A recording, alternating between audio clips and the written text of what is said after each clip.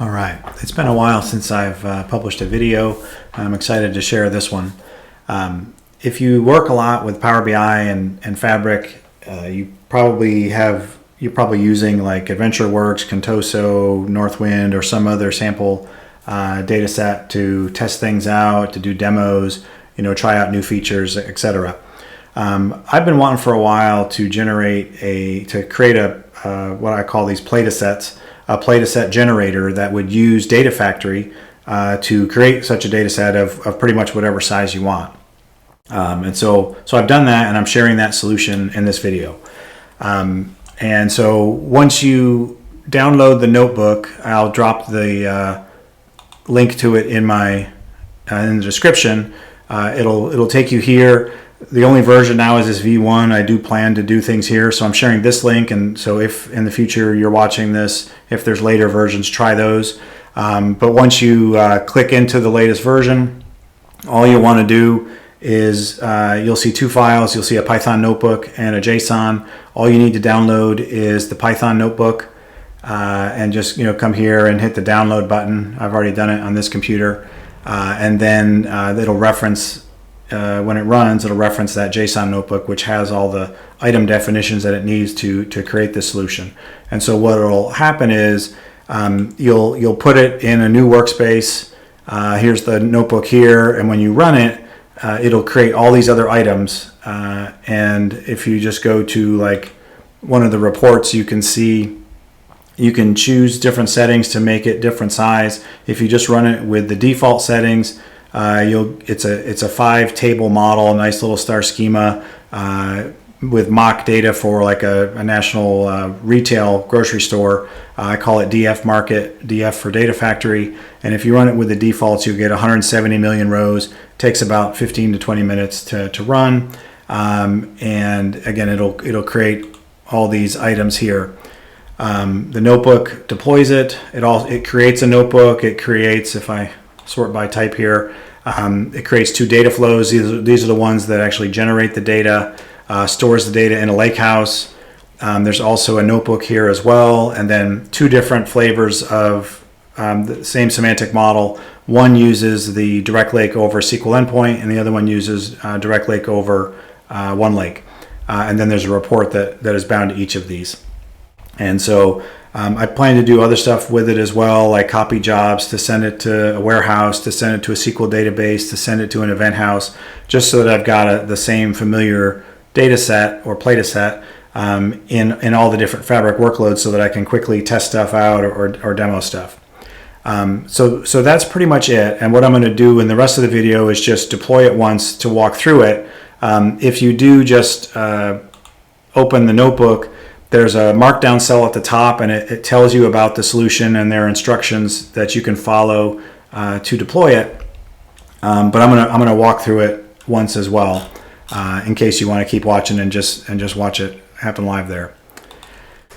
So I've created a new workspace. When you create a new workspace, there's an option there to default it to large semantic model. I would go ahead and click that as well. I've already downloaded that Python notebook to my desktop. So I'm just going to upload the Python notebook here.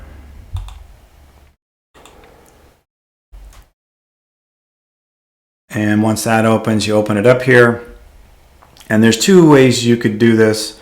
You can just hit run all, and it should work. There's a delay step in there of 60 seconds while it waits for the lakehouse and SQL endpoint to get created. I like to run it one cell at a time.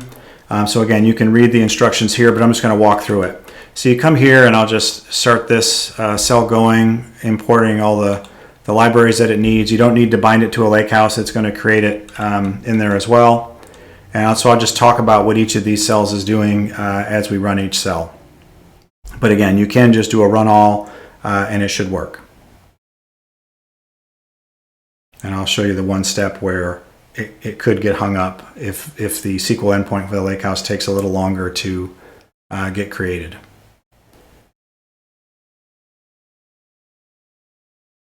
And these other cells will execute much faster. So then I've got this dictionary here that's sort of a placeholder here. And so how this works, and I'll make a second video to walk through the one other notebook and this notebook, because I do think it's an approach that you could adapt if you have multi-fabric item solutions that you want to share with others in different tenants. And so what I'm basically doing is just a bunch of searching for GUIDs and SQL endpoints and that kind of stuff in the definitions for each item, and then replacing them with these dummy strings here, and then reversing that process on the back end by taking the definition, finding the dummy string, and then putting the new GUIDs in place as those things are created. That's how it works. But I'll do a second video that walks through that in more detail in case you want to adapt that approach. So I create this dictionary of all these GUIDs and references that I know I'll need. Then I go ahead and start populating these, and so I can get the workspace ID with this one, and so then I can assign it to that value. And then so let me run these as I go. That one goes very fast. And then I'll create the lake house. And I intentionally built this trying to use as many different fabric items as I could, so that's why I have a notebook and a data flow, for example, doing similar things with creating and deleting and populating tables. But again, I wanted to have something that you could use with lots of different things. And then I'm going to go ahead and get the SQL endpoint. This is the step I've got here, the 60-second sleep time. Now, since I'm running this manually, I'm just going to comment that line out, Control /, and I'll run it here. But 60 seconds should be enough. And me waiting was long enough as well, because the key thing here is to make sure that this SQL endpoint and the database ID values are populated. If you do it too soon, those will still be empty strings, and you just rerun this cell until those are populated. Okay, and this note, another markdown cell, explains that. So then I'll go get the Lakehouse region prefix, so that again, if you're deploying this in another capacity, I happen to be in East US 2. That's needed for the direct lake over one lake semantic model. You can ignore that troubleshooting cell. And then what this does is it goes out and gets that second file that's on my GitHub, that JSON file. And what that has is, for all 8 items that get deployed, it has the definition as one big JSON file, and on each row is each item, other information, and then the definition in JSON format for it with these dummy strings that are there. So that reads that in, and you can see this definition here as well. You can also see which things are referenced in each item there if you expand that thing, but I'll cover that more in the other video. I've got a bunch of functions here defined, both to, the definitions are, when you go and get them initially, they're in base 64, so you got to convert it, so you could search for the GUIDs and put in the dummy strings, and then you've got to do it backwards with this one. So this is taking the non-base 64 regular text that has, once the GUIDs replace the dummy strings, turning it back to base 64, so then it can be created from this REST API create item. Also in these notebooks, and again, I'll cover this more in the other video, I've got a couple different ways to call REST APIs, one using semantic link labs, one using this approach here, getting the token a little bit different way. And so then what you do is hit this one here with the deploy list, and the order of this list is intentional, again looking at those references, and it kind of makes sense that the notebook and 2 data flows would only need to reference the lakehouse, whereas a pipeline would need to reference both these data flows and the notebook. I'll show you the pipeline in a second. And of course, the reports would have to reference both semantic models. Okay, and so this one takes a little longer, not too long. And again, I'll edit out the wait time and maybe just jump to the end here. But okay, so all 8 items have been deployed. You can see the GUIDs for each one there, and of course these GUIDs were then subbed into those dummy strings where needed, so that, for example, the data pipeline would reference the 2 data flows and notebooks that just got created in this workspace, and that whole thing took about 2 minutes, so pretty quick. So now if you go back to the workspace, you'll see those items. One thing I've noticed is that the reports don't show up here until you refresh the screen. So I'll just refresh the browser and you'll see the 2 reports pop up. And then there's just a couple steps that are needed. So there's the two reports there. And so now we actually need to generate the data. But before we do that, if I sort this by type here, there's two data flows here. What we need to do is that this doesn't deploy the connection, so you need to come in here and update the connection. Also, while the data flows are created, they're not published yet, so we actually need to do a change here so they get saved. And creating the connection will do that, but I'll show you what to do if the connection already exists, for example. So if you open up the data flow and click on Manage Connections,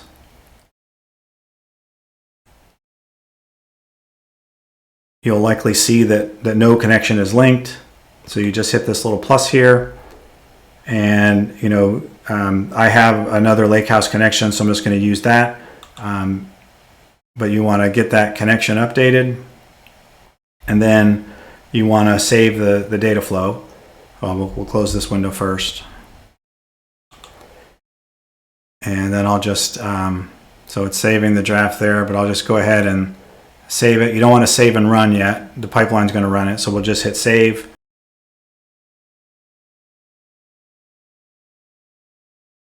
All right, so we'll go ahead and close that data flow, and then open the other one.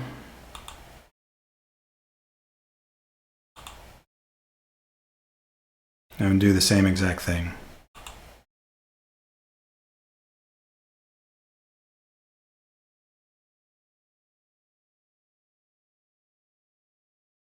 So I did this one before, and so now I'll do this other data flow, this replace dim tables. We don't need the notebook anymore.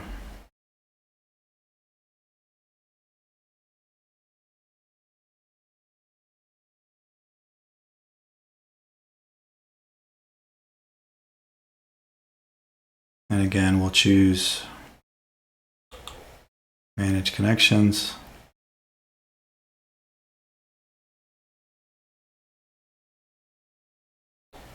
We'll hit the plus. We'll use that same connection we just used a second ago. Okay, and then we'll go ahead and save this one as well. Now, if for some reason when you go and manage the connections and they already exist, maybe you've run this before, what you can do on the other data flow in this one is just come to whatever is up on the formula bar, just add a space or something so that there's actually a change in the encode, and that will also force the publish action to happen.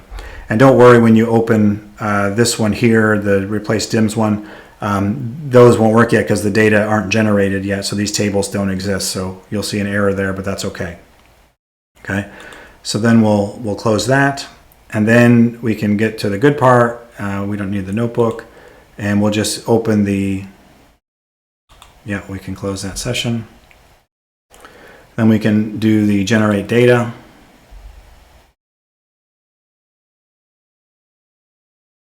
And I'll just briefly explain how this works. It's a simple pipeline. There's a notebook at first. And so when you first create the sales table, the fact table, or if you rerun this, say you change your mind and want to do it at a different size, it'll come and drop the sales table, create a new one that's empty. Then there's a couple ways you can affect how many rows you get here. So the first one is the variables here. So you want to choose how many months of data you want to generate. The data flow generates the data month by month, and it appends the sales table for each one. And you want to choose your starting month. You want to pick a starting month and number of months so that it doesn't go past the current date. It won't load data past the current date and will error in some situations there. So keep it. So I chose 18 months from the start of 2024, and then that gets me into the last complete month of June of 25. Okay. And then there's just, you don't need to do anything with this one. This is just what this for each populates. So it basically creates an array of year month values that gets passed into this data flow. So if you click on this data flow inside the for each and you look at the settings and expand the data flow parameters, taking advantage of this new great feature with passing data flow parameters from a pipeline, there's a bunch of values here that will affect how many rows you get in the fact table. The big one here is the average number of transactions per day per store. This value here, also products per transaction, will change it as well. And then another big one is the max number of stores. The other ones won't really affect stuff, and I would encourage you not to change those values. But the stores, average transactions per day and average products per transaction will definitely do that, along with the number of months of data. The other nice thing here is it uses a lot of random functions in here to generate the data, but I use seed values. So if you put in the same parameters, you should get the same exact number of rows and the same data back every single time you deploy it with the same values. So after the sales table gets populated, there's a little wait there. And then I have this one here to create the 4 dim tables. There's a stores table, a products table, a date table, and a time table. And I like doing this at the end because it actually queries the sales table and only includes the rows of the dim tables that exist in the sales table. So it just makes your model a little simpler there.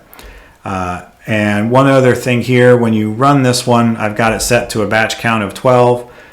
You could crank it a little higher, but I started to see some concurrency issues with trying to access OneLake, too many data flows trying to write data at the same time.